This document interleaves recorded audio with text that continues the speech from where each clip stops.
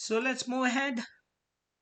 Let's try to explore more about the correlation. So let's look into the limitations of correlation. So correlation does not indicate causality and cannot be used to do so. We cannot infer that one variable is the cause of another even though there is a very high relationship between them. This is very important limitation of correlation. That's the reason I'm repeating again. Correlation does not mean causality. Simple. Correlation does not mean causality. Correlation does not indicate causality and cannot be used to do so.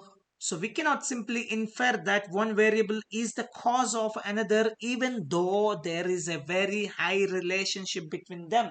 So imagine, for instance, that there is a link between viewing violent TV shows and engaging in violent conduct as a teenager. It's possible that a third extraneous variable, we call it as extraneous variable, a third extraneous variable like growing up in a violent household is what causes both of these, and that both violent behavior and TV watching are the results of this. And we are limited by correlation to the information that is provided.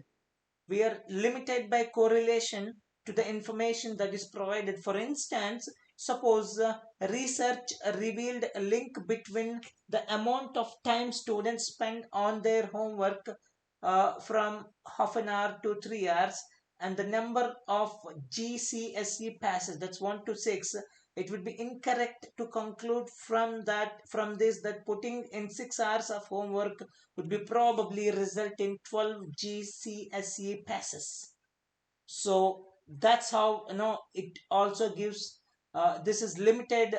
We are limited by correlation to the information that's provided. So these are the main limitations of correlation. Before you apply the limitations of correlation, you should be very clear with correlation limitations so that you can use this correlation properly.